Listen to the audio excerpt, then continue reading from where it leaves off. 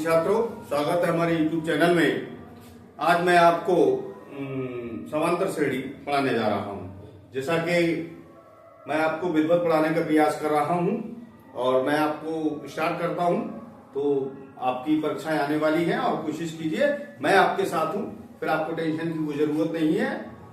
देखिए, मैं इस पे आपको मुझे एक शायरी याद आती है, मैं आपको एक शायरी सुनाता हूँ, ठीक है। मुश्किलें दिल के इरादे आजमाती हैं, मुश्किलें दिल के इरादे आजमाती हैं और ख्वाबों के पर्दे नजरों से हटाती हैं। और गिरकर निराश मत हो ए छात्रों, ठोकरे ही व्यक्ति को चलना सिखाती हैं। आज तो आपको परेशानी हो रही है, लेकिन आने वाला भविष्य आपका बहुत उज्जवल होगा और मैं आपके साथ हूं। फिर आप सोचिए कि टेंशन की कोई जरूरत नहीं है, टेंशन जाएगी पेंशन लेने।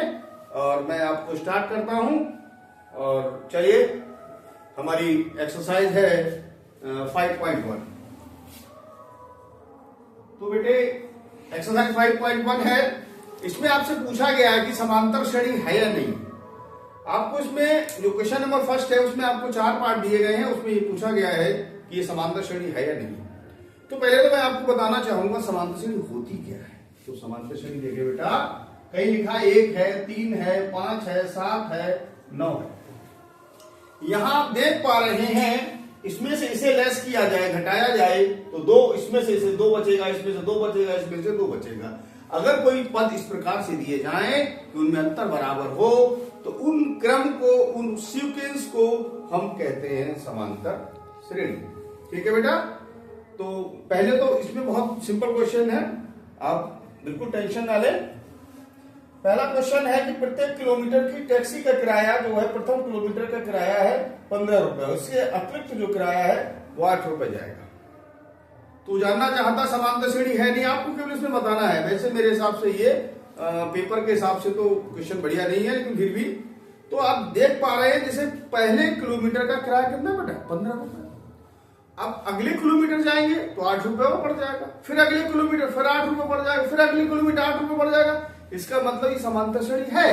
तो आपको केवल इसमें लिखना है कि ये जो स्टेटमेंट है, जो दिया है, इसका मतलब ये समांतर श्रेणी है, क्योंकि इसमें अंतर बराबर आएगा।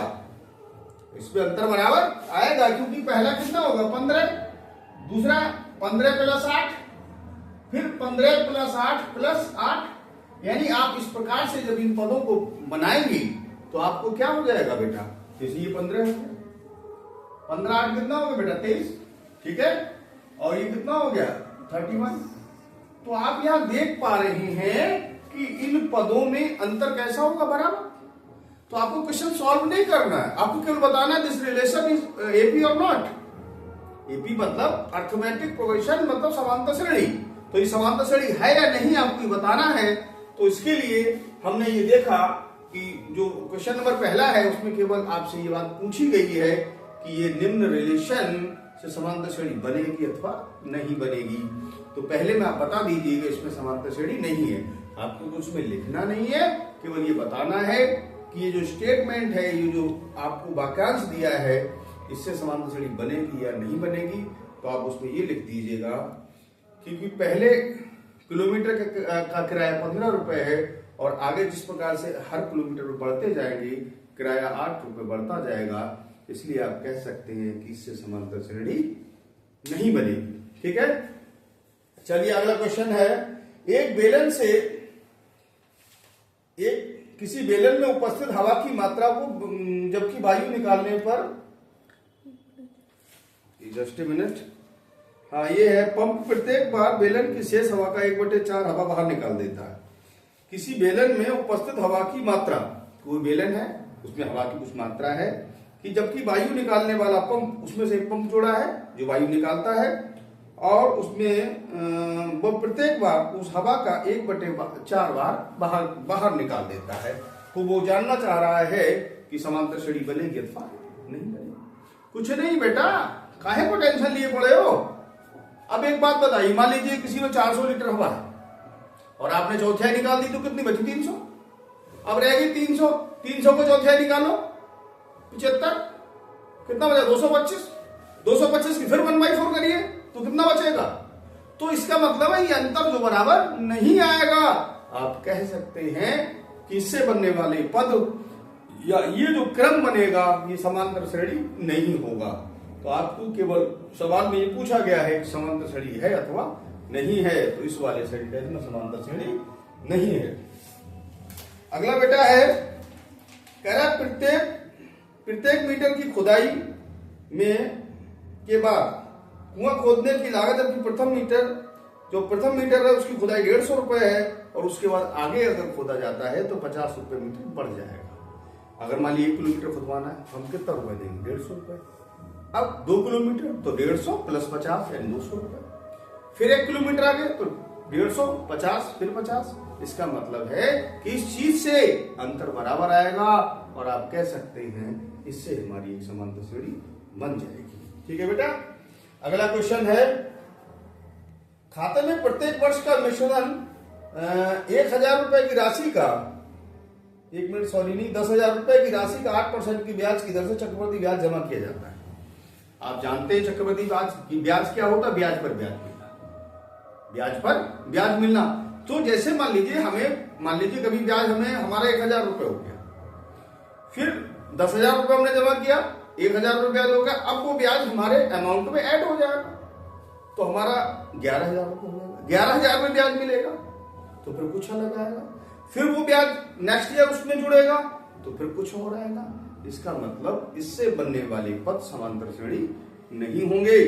तो बेटे जो एक्सरसाइज 5.1 है उसका जो पहला क्वेश्चन है उसमें केवल ये दिया गया है कि ये जो उसके 4 पार्ट है, प्रत्येक पार्ट में ये कहा गया है कि समांतर श्रेणी इस स्टेटमेंट से, इस वाक्यांश से समांतर श्रेणी बनेगी अथवा नहीं बनेगी। केवल आपको ये वाली बात बतलानी है।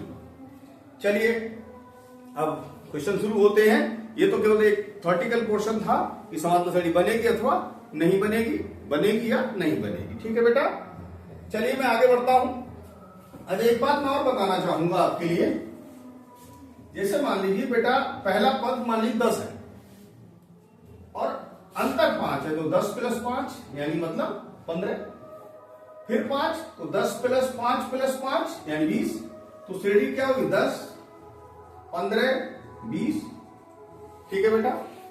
अगर हम पहले पद को ए मान लें, पहले पद को ए मान लें, अंतर को डी मान लें, क्योंकि अंग्रेजी में डिफरेंस माने अंतर होता है, और इंग्लिश अल्फाबेट का जो पहला वर्ड है वो हमारा ए है, इसलिए पहले पद को हम ए मान लें। तो बेटे अगर पहला पद ए है, अंतर कितना डी, तो दूसरा पद क्या होगा? ए प्लस डी। अगला पद फिर अंतर डी है तो ए प्लस 2डी, फिर अंतर डी है तो ए प्लस 3डी, फिर अंतर डी है ए प्लस 4डी। इस प्रकार से ये हमारी एक समांतर श्रेणी हो जाएगी। अगर कोई हमसे, मैं इसके थोड़े फार्मूले के विषय में चलूंगा अभी, तो शायद मेरी बात आप समझ चुके होंगे। जैसे मान लीजिए पहला पद है, अंतर डी है तो डी बढ़ जाए तो ए प्लस डी, फिर डी बढ़ेगा तो ए प्लस 2डी, फिर डी बढ़ेगा तो ए प्लस 3डी, फिर डी बढ़ेगा तो ए प्लस 4डी। तो इस प्रकार से ये पद बढ़ते चले जाएंगे। आप देखें बेटा पहला, दूसरा, तीसरा, चौथा, ये 5वां कौन सा पद है? 5वें नंबर का है, तो इसको हम A5 लिख लें। A5 इक्वल टू हो जाएगा A प्लस 4D। अगर बेटे इसको यूं करके लिखते हैं 5 माइनस 1 इंटू डी, तो कोई दिक्कत नहीं। तो ये फार्मूला हमारा बन गया an equal to A plus n minus 1 into d. ये आपका एक फार्मूला तैयार हो गया जिससे आप कोई पद निकाल सकते। एन मतलब एन में नंबर का पद, ए पहला पद, एन पद की संख्या और डी आपका डिफरेंस है। ठीक है बेटे। तो ये आपका हमारा एक फार्मूला हो गया जिससे हम किसी को ज्ञात कर सकते हैं। अब हमारा जो क्वेश्चन नंबर 2 है, और क्वेश्चन नंबर 2 में दिया है, क्वेश्चन नंबर 2 का पहला सम है, यदि ए बराबर 10 और डी बराबर 10, ए बराबर 10 और डी बराबर कितना है? 10। आपसे कह रहा है ये प्रथम 4 पद लिखिए। क्या लिखना है? प्रथम 4 पद। तो बेटा पहला पद क्या हुआ? पहला पद तो यही हुआ, तो ए का मान कितना? 10, तो पहला पद कितना हो गया? 10। दूसरा पद बेटा यहां आपको मैंने बताया था कि 5वां पद ए प्लस 4डी है, यानी एक डी कम होता है, तो जो दूसरा ले रहे हैं A2 दूसरा, तो क्या होगा A प्लस डी, ए का मान 10 और डी का मान 10 यानी 20, तो दूसरा पद बना दे। तीसरा पद बेटा A प्लस 2D, एक कम, ए का मान 10, 2 डी का मान भी 10 है, तो 10 प्लस 20 कितना हो गया बेटा 30। चौथा पद चाहिए बेटा, तो A प्लस 3D, ए का मान 10, डी की वैल्यू कितनी 10, तो ये कितना हो गया 30। एक मिनट यहां पे ले लें 10 और 10 दिया 30 और इसका मतलब कितना हो गया 40। तो बेटा कितने पद हो गए, पहला कितना हो गया 10, दूसरा 30, तीसरा 30, चौथा 40। ठीक है, तो ये दूसरे का पहला सम था। अब मैं दूसरे का सेकंड सम बताना चाहूंगा। तो सेकंड सम मेरा कुछ नहीं है, इसमें पूछा है ए की वैल्यू है -2 और डी की वैल्यू 0। देखना बेटा ठीक लिखा, A is equal to -2 and D is equal to 0। अब फिर वही बात, इतना सरल है, इतना सरल है, लोगों ने इसको इतना वो कर दिया कि लगता है बहुत हार्ड मैथ। काहे को टेंशन ले रहे हो भैया, टेंशन मत लो बेटा। तो पूछा है पहले 4 पद लिखिए, तो पहला पद यानी A1 बराबर तो ये हो गया, A1 बराबर कितना हो गया -2। अब क्या पूछा है दूसरा पद, A प्लस डी, ए की वैल्यू कितनी है -2 और डी की कितनी 0 -2। ठीक है, तीसरा बेटा A प्लस 2D, एक डी कम रहेगा, तो कितना हो गया -2 2 और डी की वैल्यू 0, -2 प्लस 0 इसका मतलब माइनस। चौथा पद A plus 3D, A plus 3D, A -2, D की वैल्यू 0, तो -2 प्लस 0 इसका मतलब -2, दैट इज योर आंसर। हाँ, तो फिर अगला क्वेश्चन है बेटा, क्वेश्चन नंबर सेकंड का थर्ड पार्ट क्या है। ए बराबर कितना बेटा 4 और डी बराबर कितना है -3। अब देखिए पहला पद A1 कितना हो गया ए यानी मतलब 4, A2 तो A प्लस डी, ए की वैल्यू 4 और डी की थी -3 यानी कि 1। A3 जब तीसरा लेंगे तो A प्लस 2D, ए की वैल्यू कितनी है 4 और डी की है -3, -6 बराबर -2।